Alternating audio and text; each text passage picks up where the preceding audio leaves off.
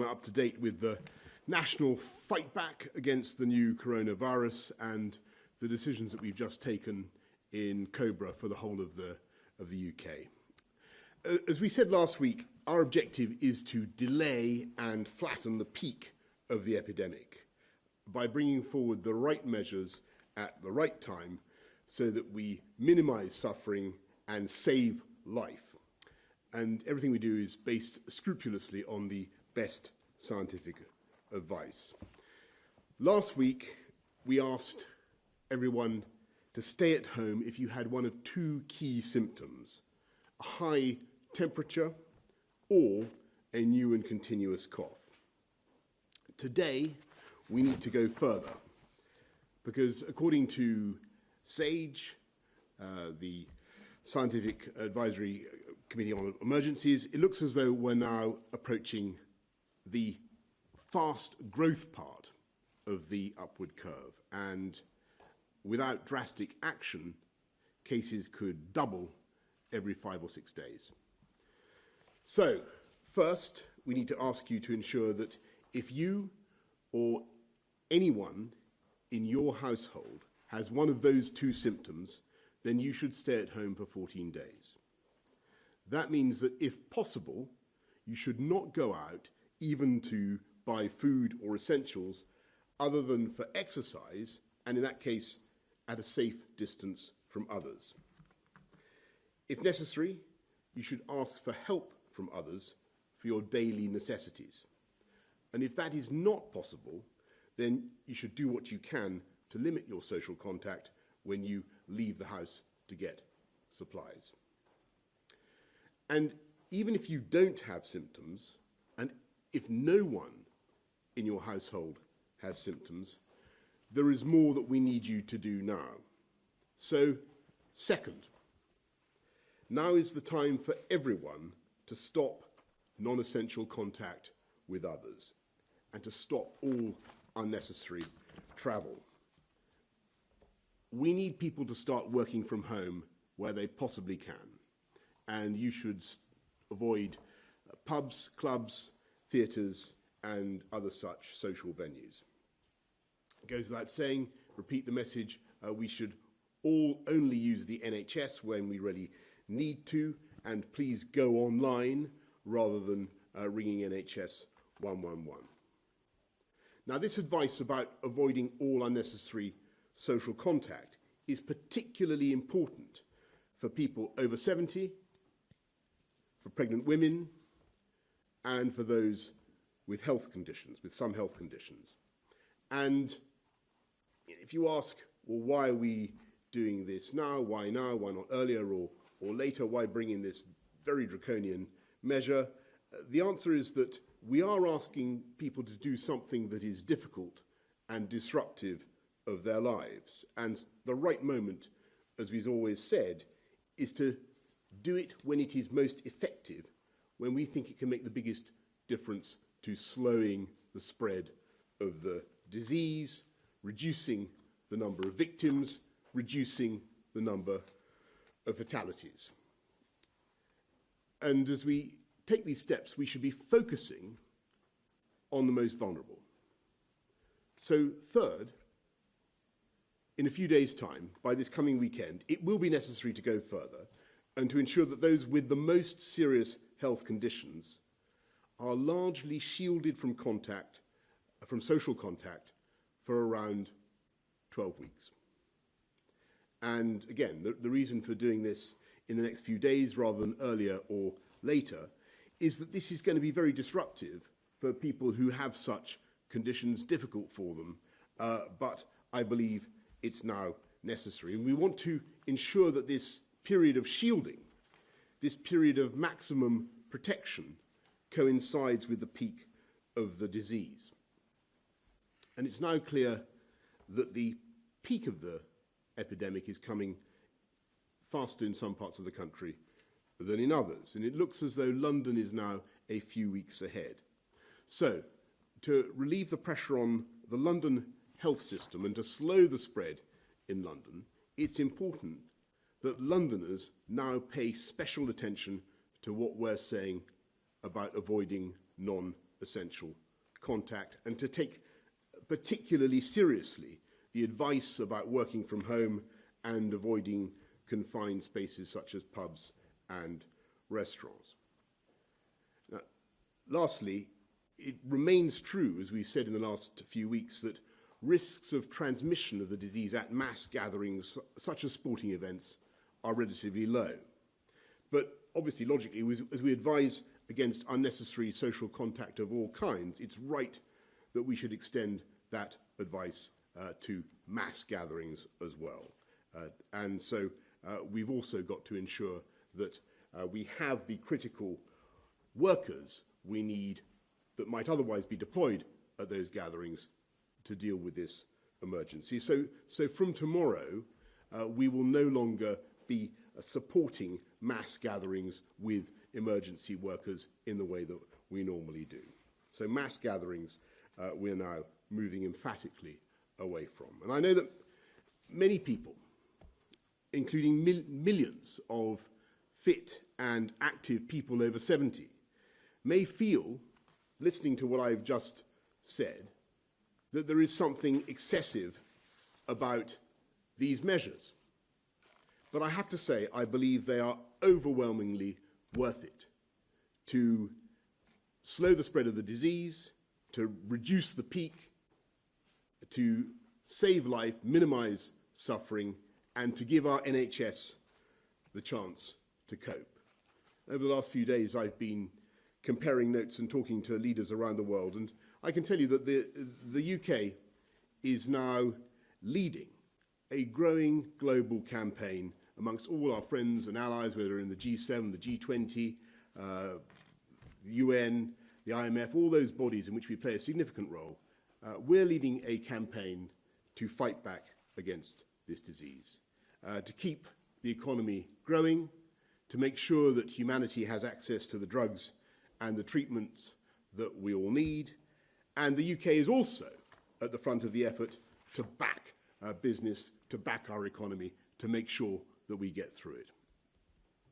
I know that we are today asking a lot of everybody. This is far more now than just washing your hands, though clearly washing your hands remains important. But I can tell you that across this country, people and businesses, in my experience, are responding with amazing energy and creativity to the challenge that we face.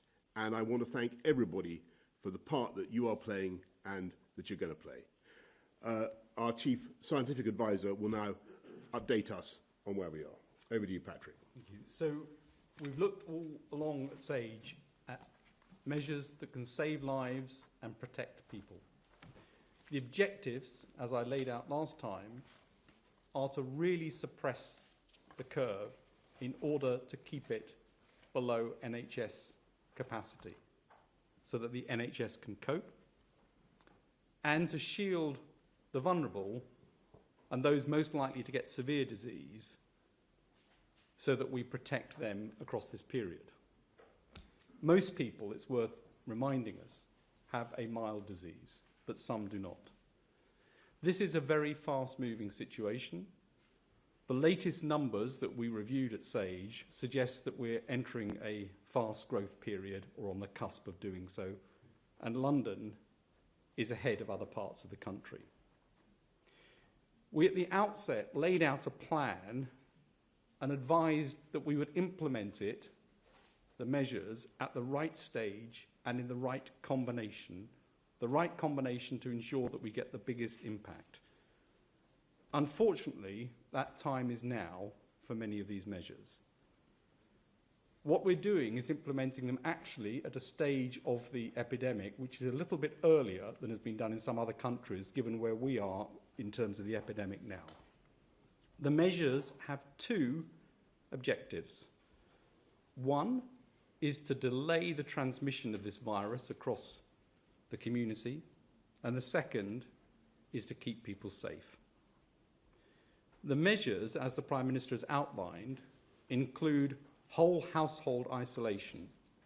So if one person gets the symptoms of new persistent cough or fever, the whole household stays isolated for 14 days. The reason it's 14 days is the 7 days for the person who's got the infection, the incubation period that others may catch it, and the 7 days after that. We're also recommending increased social distancing. That's the phrase that you hear, which means trying to reduce contact between people, again, to try to delay this transmission. That means where businesses can do it and where individuals can do it, home working is recommended. Unnecessary travel should be reduced and stopped. Avoiding gatherings in crowded places is important, and those gatherings, big or small, are important so that you get the whole thing together. It's not just the size of a gathering, it's actually all gatherings which become important. And reducing social contacts.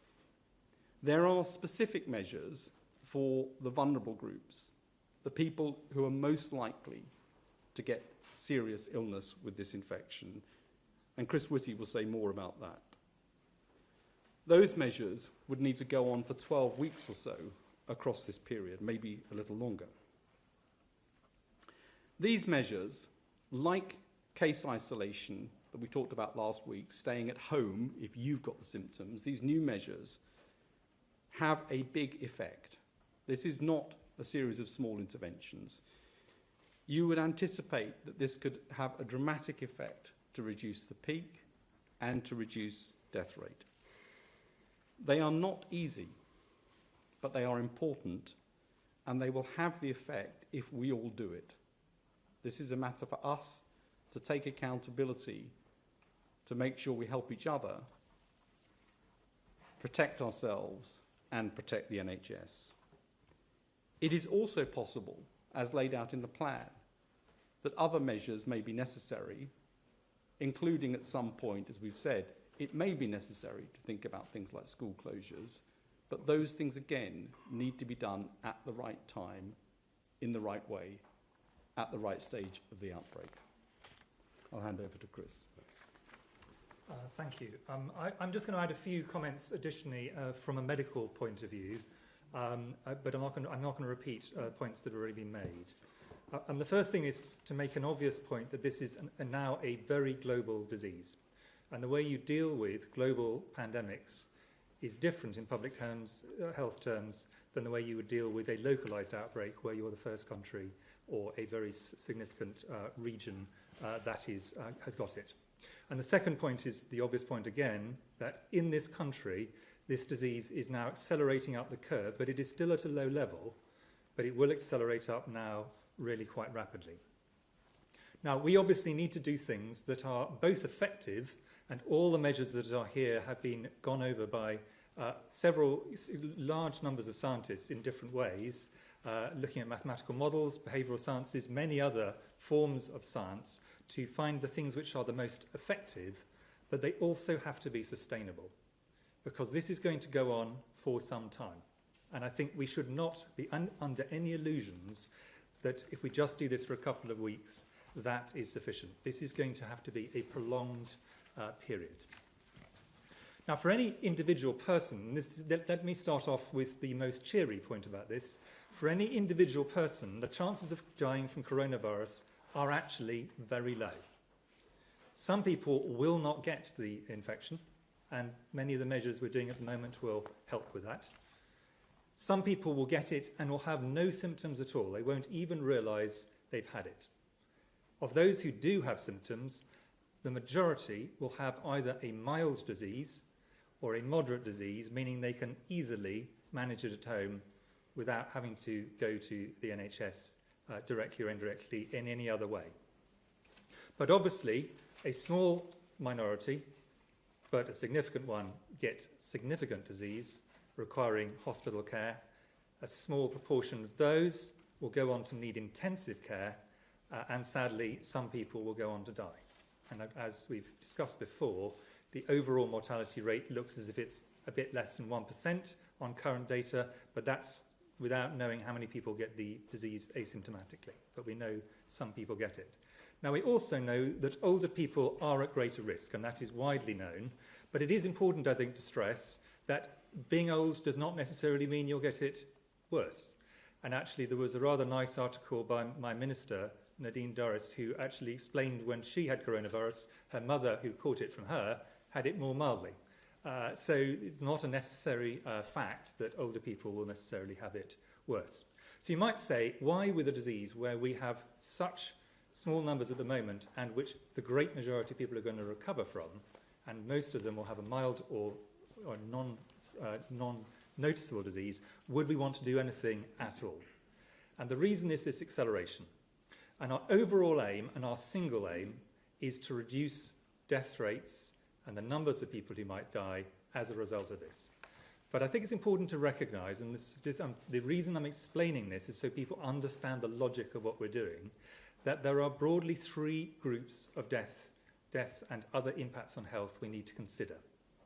There are the direct deaths, which are caused by the coronavirus disease itself.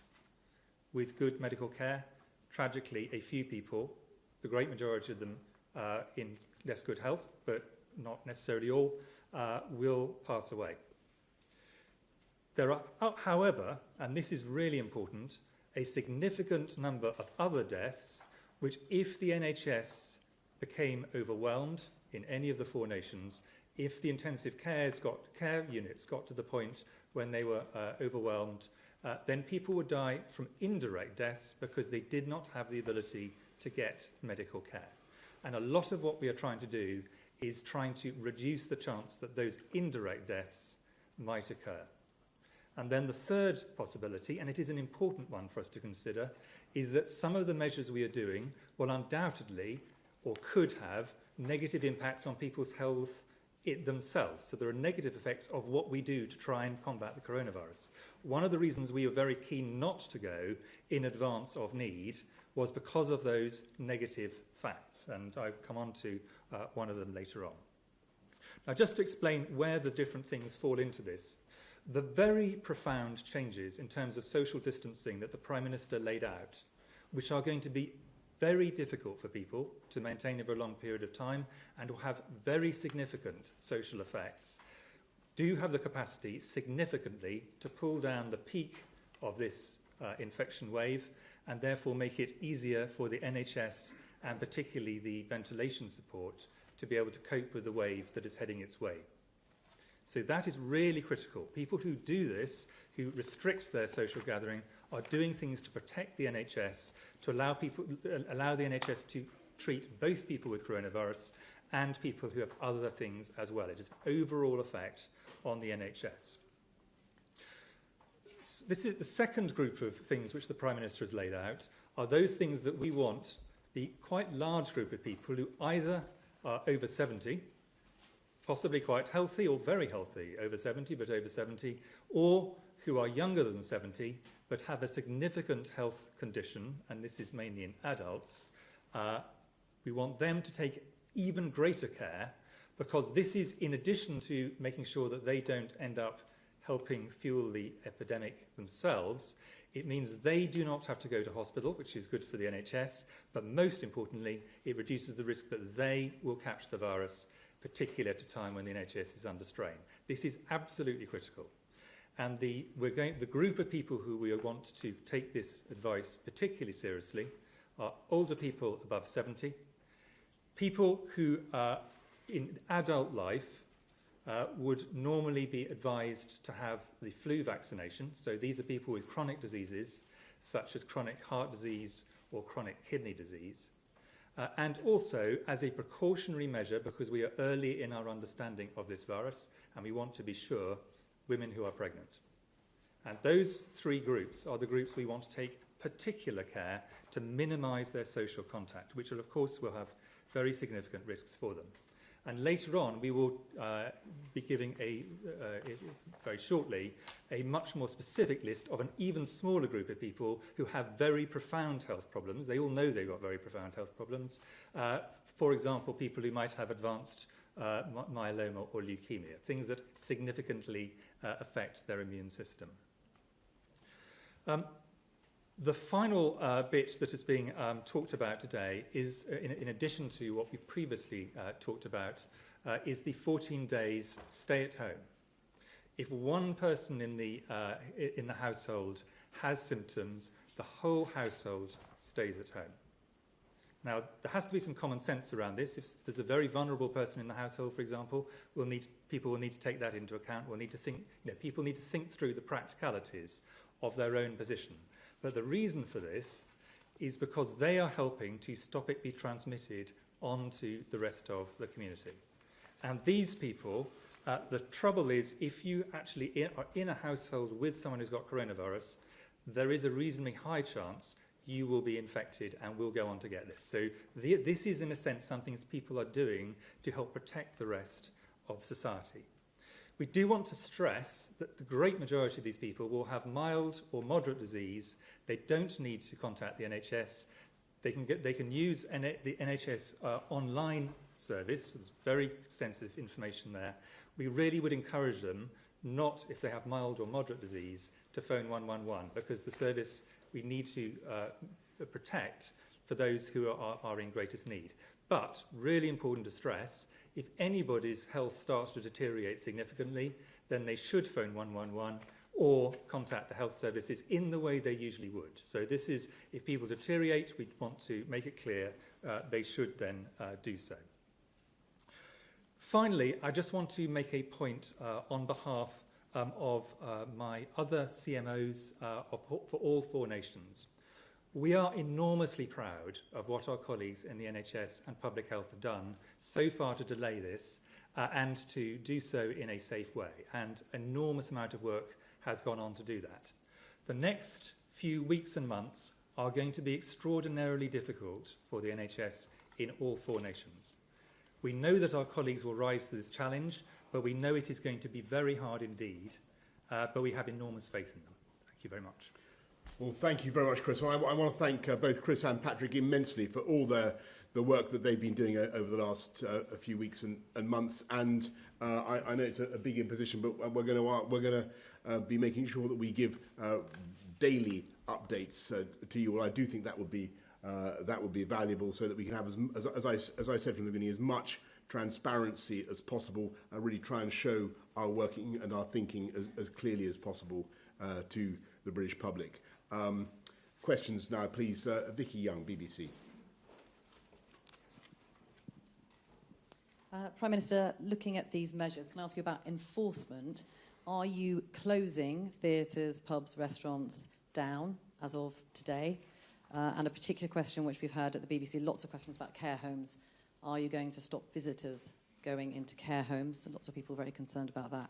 And then on a more scientific question about testing, the Director General of the World Health Organization has just said a clear message to countries to test, test, test. You cannot fight a fire blindfolded. Test every suspected case. Lots of people wondering how you can track the pandemic in this country if you don't know who's got it. Yes, thanks, Vicky. Well, absolutely.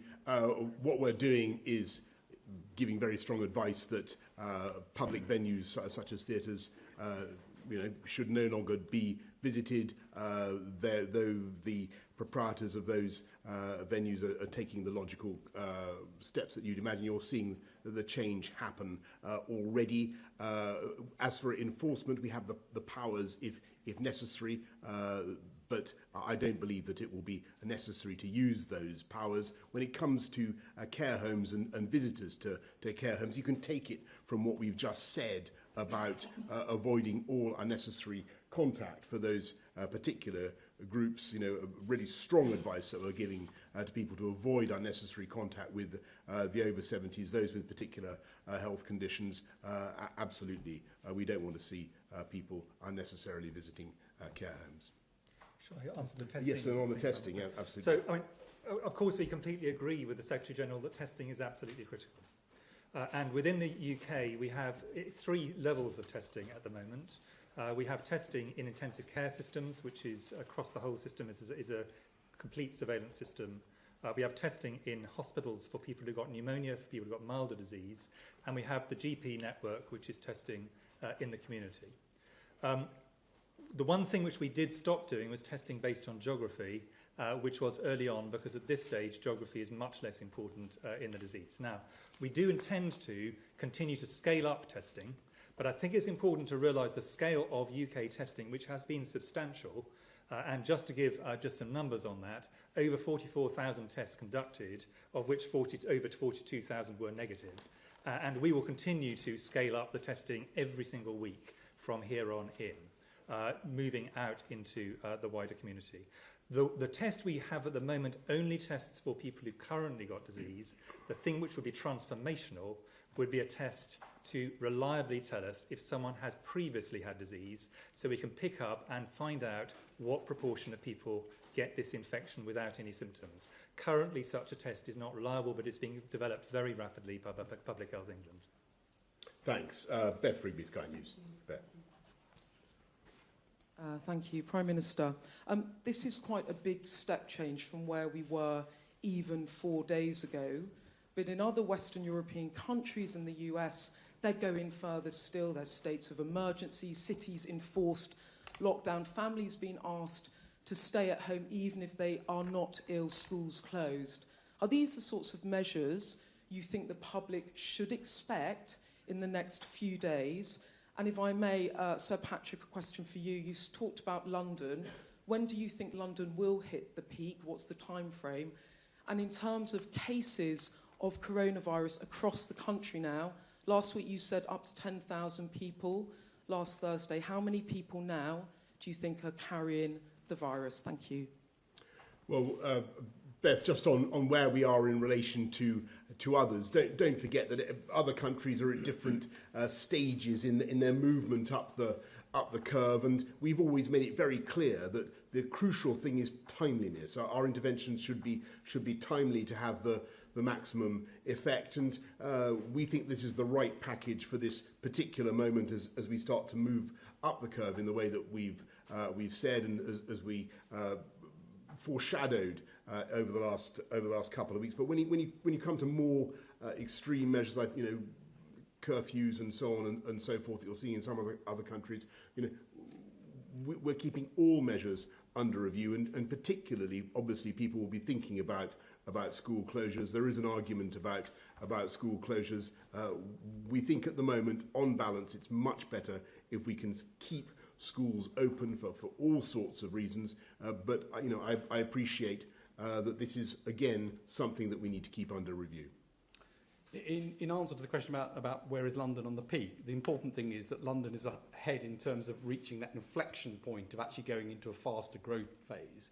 Clearly, the measures that have been talked about are aimed to completely suppress that, and therefore the peak goes much further out.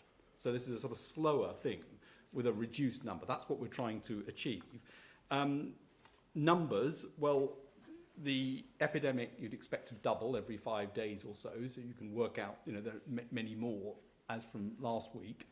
And you can do sort of calculations as to how many you think you may have. The absolutely key thing, to reiterate what Chris Whittier said, is testing and ramping up our ability to test. And in that, this ability to test who has had the disease rather than who has just got it now. Both of those things are really important to get a proper handle on this, especially this question of how many people have had it and been asymptomatic. That is the biggest unknown worldwide that would completely change all sorts of things if we can get a handle on that number. Thanks. Robert Peston, ITV. A couple of questions. First, your restrictions on freedom of movement, your urge to families and households to isolate, these are voluntary. They obviously carry great force because they're coming from the government. Now, in some countries, they have introduced criminal sanctions if individuals refuse to obey what is effectively a curfew. How likely is it, how prepared are you to introduce criminal sanctions if necessary? And on this issue of testing, one issue that I hear repeatedly from people in the health service is they are deeply uncomfortable about being forced home if they've got a cough because they'd like to continue to work. Will you, at least for health service workers, move fast to allow health service workers to be tested so that they at least know whether they are a risk to their patients?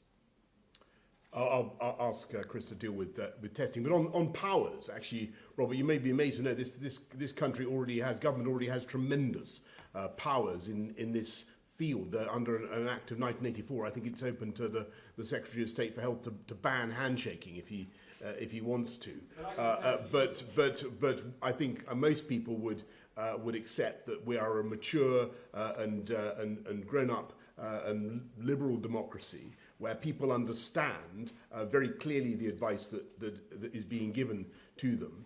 And I think they also understand that what we're saying obviously helps the NHS and helps them, it helps us all as individuals, but it helps the whole community as well. I think the British public do understand that.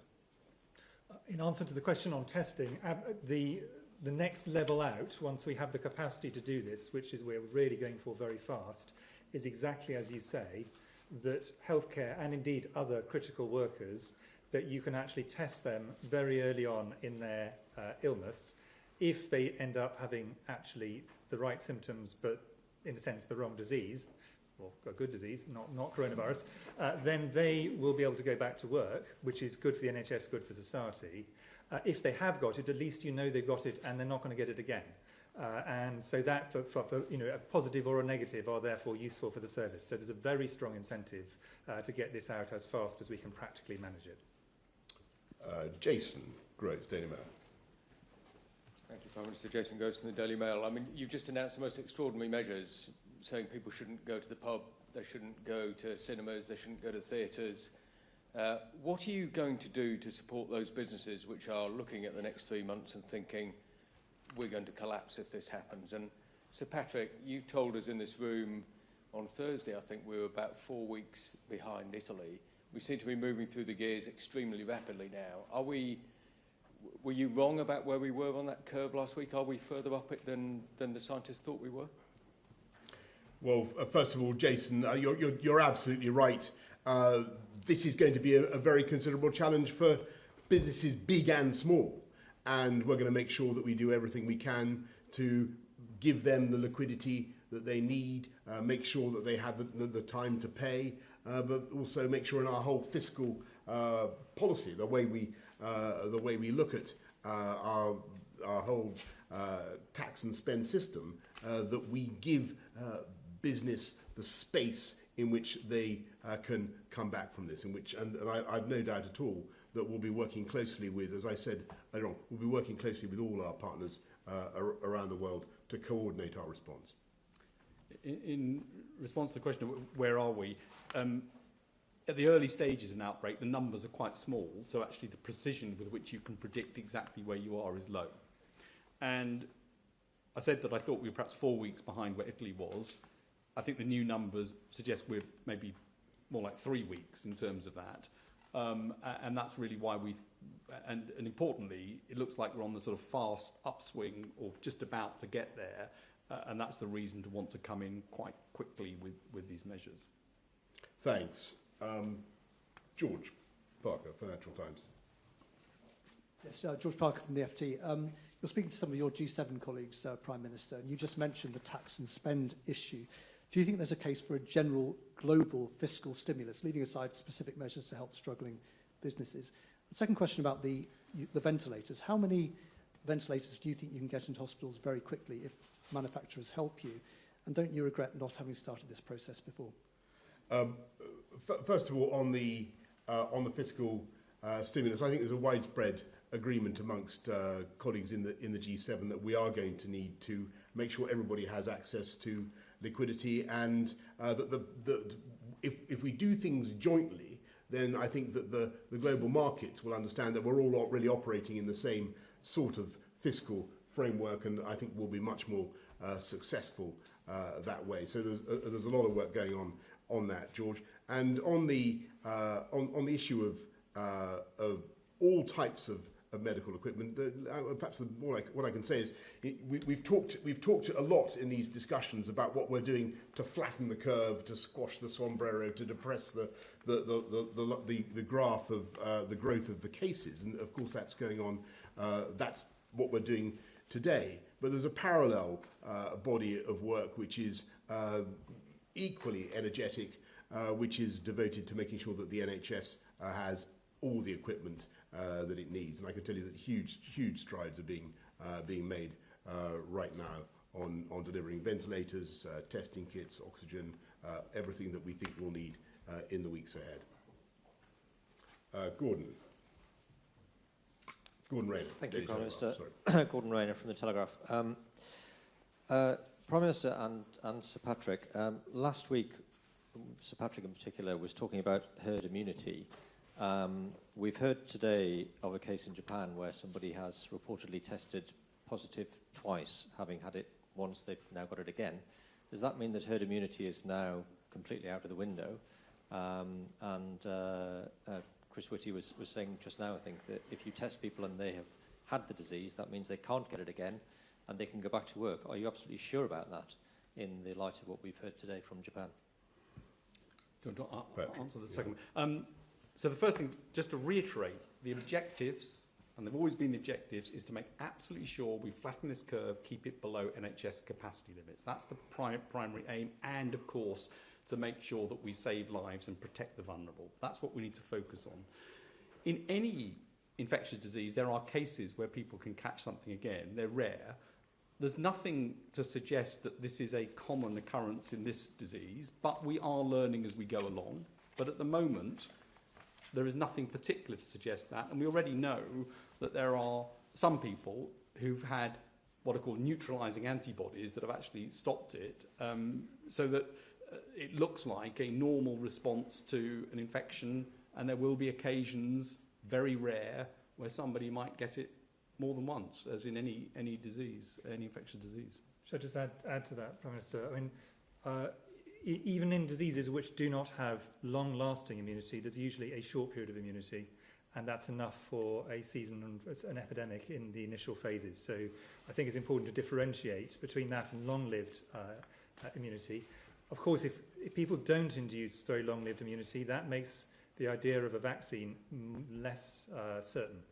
So I think we need to be aware of that, and we'll be watching this very carefully. I think the final thing is, I haven't seen the details of this report. If people have got immunosuppression or various other things, they can make this more likely. But it's an involved area.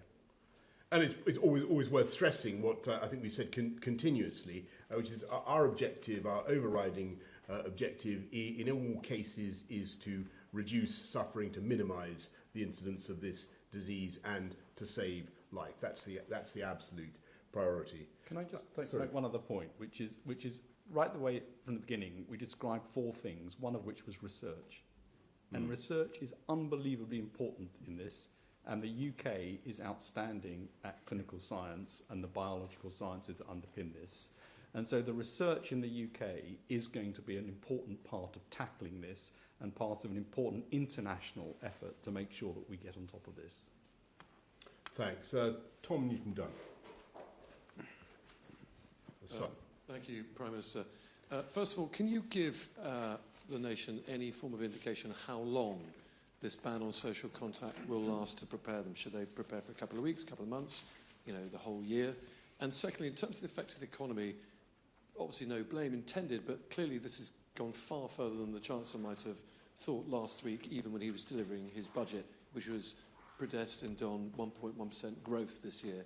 Do you accept now the economy is not going to grow by 1.1%, and the Chancellor is going to have to spend an awful lot more public money propping up businesses?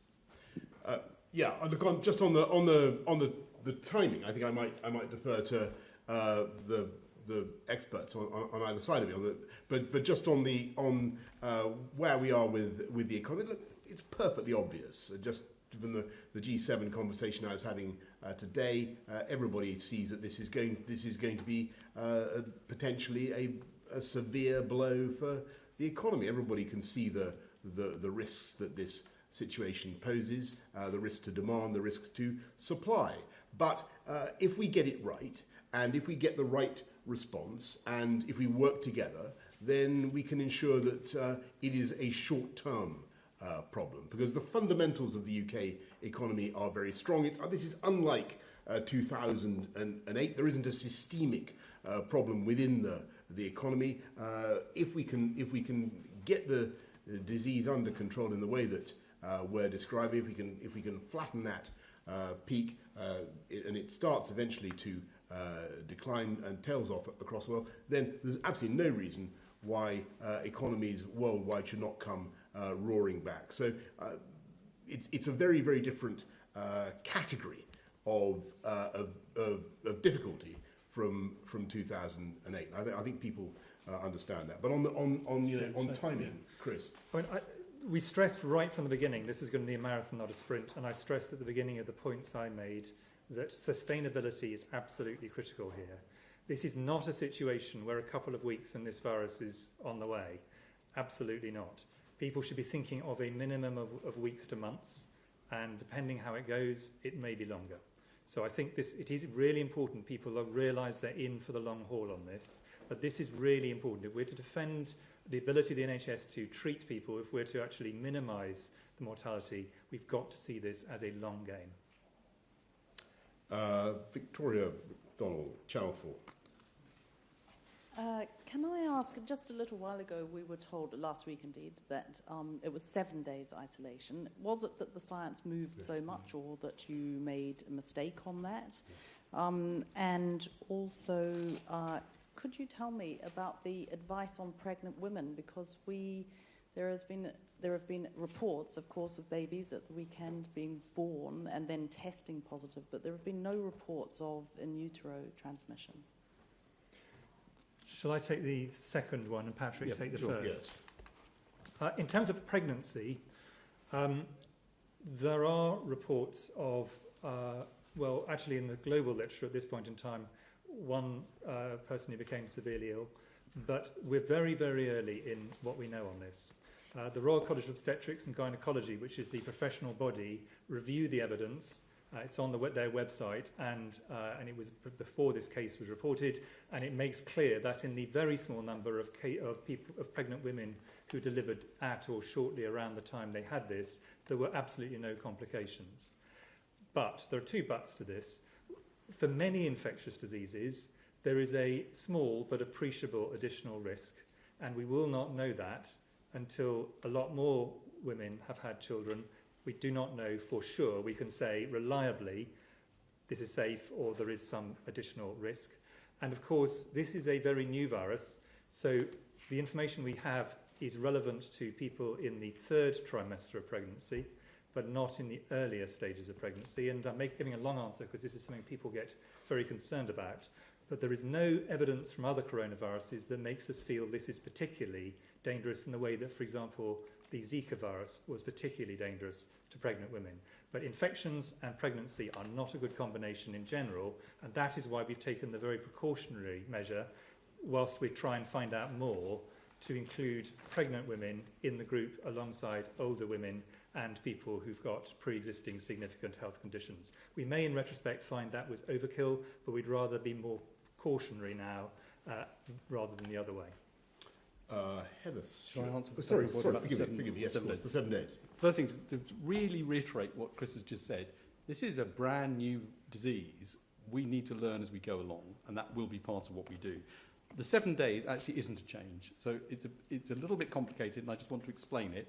If you are ill with the symptoms of either new persistent cough or fever, you isolate yourself for 7 days. So if you lived on your own, that's what you would do. That's the advice we gave last week. Now we're saying, if anybody in the family gets it, or anybody in the household gets it, the entire household stays together isolated for 14 days. The reason for that is the other people may pick it up over the 7 days or 5 days period, and then they've got 7 days to have it and get better, or to be asymptomatic but have it for 7 days. So it's 2 different periods, but the principle is the same. When you've got symptoms, you're 7 days. If you got that, it's a difference between individual isolation and household isolation. And, in fact, Heather Stewart. Heather Stewart from The Guardian. You talked there, Prime Minister, about giving businesses the space to deal with this crisis, I wonder whether you think you might need to take more action to give low-paid households the space to deal with it. You may now have a situation where couples are both having to take 14 days off work. The budget measures relied on statutory sick pay, but that's less than £100 a week. Do you think you'll have to do more? Well, Heather, we certainly will be bringing forward all the measures that we can. I mean, we're lifting the living wage by a huge amount, as you know, and we're making sure that statutory sick pay and benefits are payable as soon as possible. But the general principle that's guiding us, because you're totally right, we're going to have to look after people and help them for a considerable period, is that nobody should be penalised for doing the right thing. So we hope very much that people listening to this will feel that they can take the measures that we've outlined in the knowledge that they will be protected.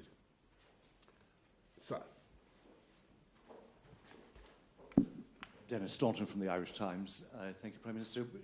The Irish government has introduced more aggressive measures on social distancing, including the closure of schools, but the executive in Northern Ireland is following the same pace as the government in the rest of the United Kingdom. Are you confident that the people in Northern Ireland are being protected from this virus as effectively as their neighbours in the south?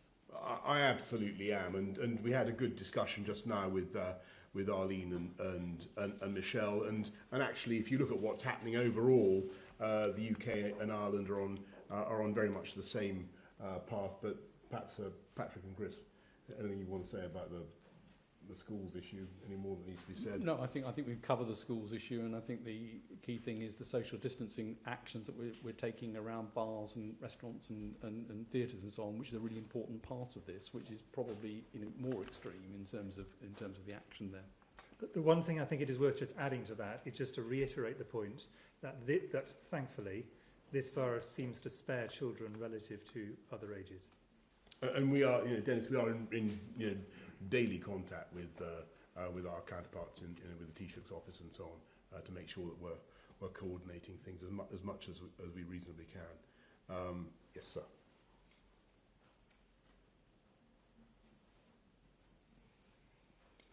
Thank you, Prime Minister. Michael Settle from the Herald. It's really important that you take the public with you on whatever you do. But do you think the UK government needs to try harder to be in lockstep with the Scottish government, because any perceived divergence of approach will not reassure the public that there's a unified approach?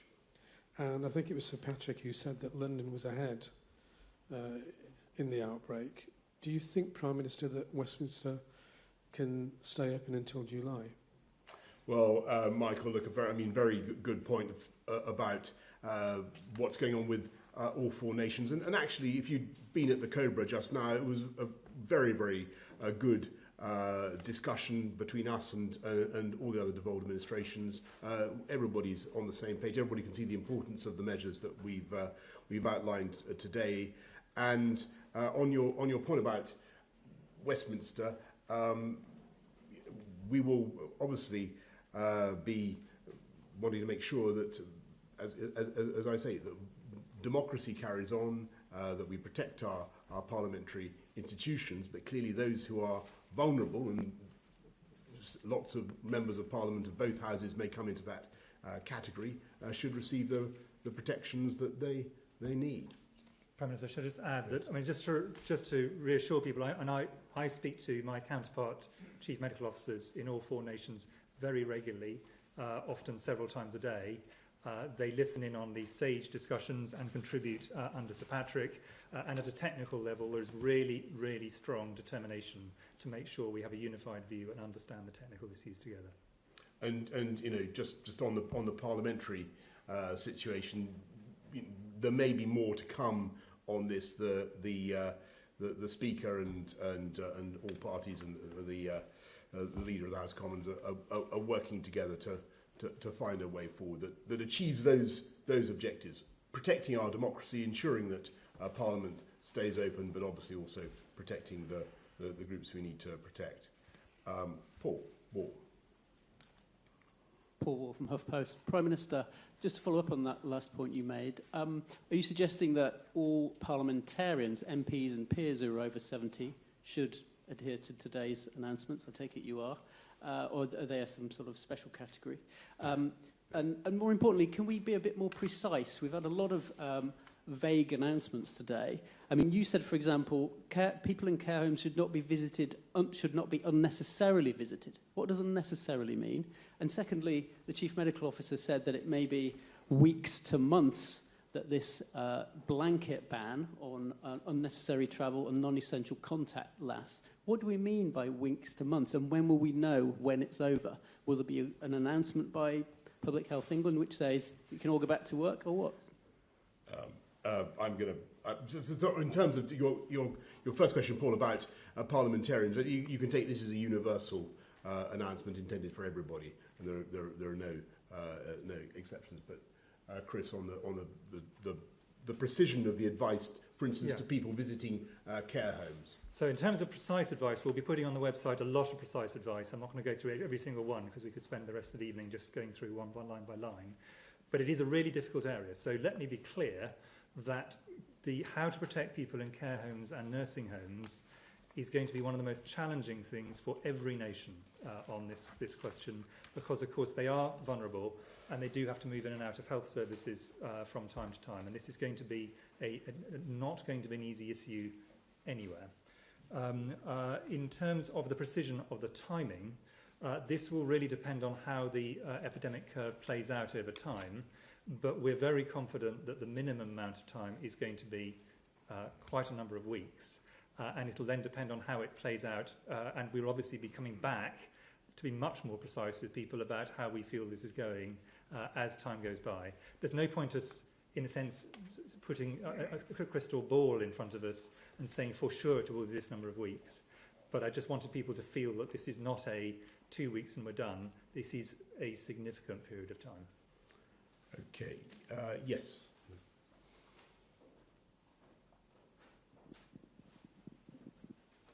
Harriet Line from the Press Association. What are the kinds of underlying health conditions that those people who died after contracting coronavirus had? Chris. Well, in every country, they've tended to be, in a sense, what you'd expect as common significant health conditions, so significant cardiovascular disease, significant respiratory disease, sometimes people who've had significant neurological problems. There are now quite large studies which lay this out in quite granular detail. Obviously, the first experience from China, where the situation is slightly different from the UK in terms of health services and risks. Increasingly, sadly, information from Italy, but our own experience here, looking at those who sadly have died in this country, completely conforms with the international experience. I'm going to wrap it up here, if I may. I know I'm sorry to those of you who haven't been able to get your questions in, but as I've explained, there will be plenty more opportunities in the course of the next few days.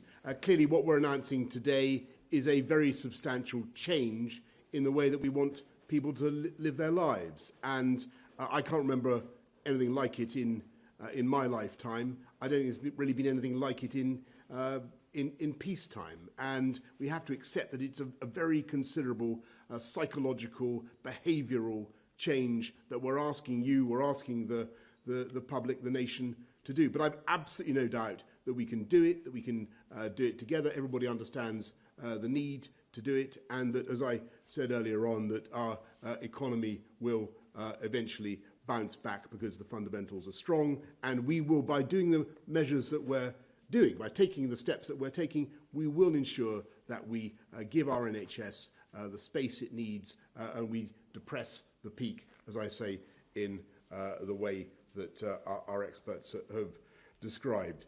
And I've absolutely no doubt that we will also be able, in the time that we create, to move a lot further and faster in developing the treatments, the remedies, perhaps even in hopefully the vaccines that will enable us to deal with this new coronavirus. So thank you all very much for your patience. I hope everybody has felt that they understood what we're saying, and I'll see you all tomorrow. Thank you.